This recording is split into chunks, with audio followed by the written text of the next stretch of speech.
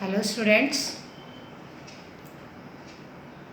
today we will proceed kingdom Mycota, its classification in detail, and you can focus your attention on the chart I have written on the board. If you follow this chart, it is very easy to understand, and the same type of chart you have to write in your notebook also to remember from the exam point of view. It's very easy. Okay. So first let us begin the classification of the kingdom Mycota.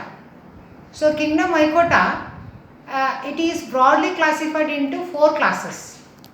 Okay. So kingdom Mycota, as you can see, there are 4 different types of classes, and based on what criteria the classification is given. So based on their morphology, based on its mycelium and type of the spore formation, as well as fruiting bodies. So based on all these criteria, yes, kingdom Mycota is broadly classified into 4 kinds of classes. The first class, in the first column, you can see Mycelium. In the second column, Ascorbicities. In the third column, Bacilli, and in the fourth column, Mycelium. So thus there are 4 different classes comes under kingdom Mycota. Now we are going to discuss the general features. General features in the sense where they are present, what is the nature of the mycelium, how they reproduce, and what are the examples comes under these 4 different classes. First you can see kingdom Mycelium class. This group or this class, the members of this are Mycota, Rhizopus, Albugo. So the example I wrote on the last point, my Mycota rhizopus. Usually the rhizopus is a parasite on jackfruit. Okay, so on the jackfruit you can see the rhizopus fungi, and where they are found usually in their habitat means Mycelium members are found in, majority of them are found in aquatic, means in the water, and some species are found in a decaying wood. Okay, in a decaying wood they are found, and even they are found in a damp place as a obligate parasite. So here obligate parasite means they choose a particular host for their survival, for their multiplication. This is called as obligate parasite, means they are very particular about their host body, hence they are called obligate parasite. After that, what is the nature of the mycelium? Here the mycelium is septate. I told you in the previous class what is aseptate. It is aseptate means without cross walls. The mycelium does not have any walls, cross walls, and multinucleate condition is called as cenocytic. Thus aseptate, cenocytic type of mycelium we see. So without cross walls is called aseptate, and cenocytic means having number of nuclei. The mycelium have number of nuclei or multinucleate condition. And lastly, how they reproduce? They reproduce by asexually, by means of asexual spores known as zoospores. Okay, and these zoospores are they contain motile structure. They have flagella flagella like structure, motile structure. Hence they are called zoospores or motile structure. And aplanospores, they do not have any motile structure. So these are the 4 characters, three characters we have to remember for Mycelium. And after that, Ascorbicities. So this group is also called as sac fungi, sac like structure. Their fruiting body like a sac. So within the sac like structure, spores are present. Hence the group is called Ascorbicities. With reference to their occurrence, where they are found. They are found in the saprophytic, as a saprophytic form they are found, either they are parasitic form. Saprophytic means they draw the dead and decaying matter. From the dead and decaying matter they draw the nutrition, and parasitic means they draw the nutrition from the living host.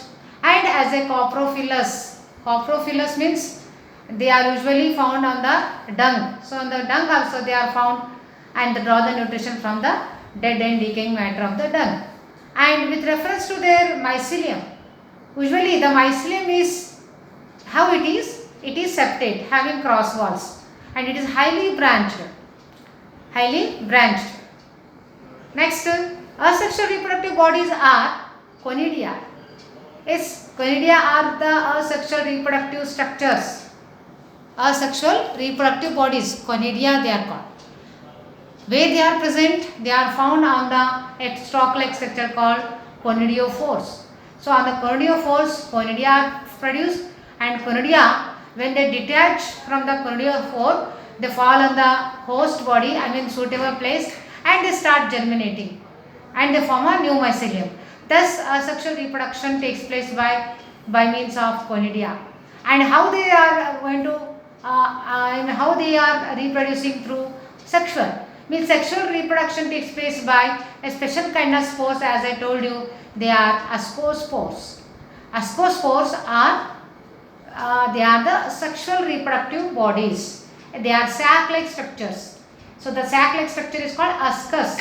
So these are called ascospores, are produced within the ascus, which are going to germinate and give rise to new mycelium. The example for this group is Aspergillus, Claviceps, Neurospora.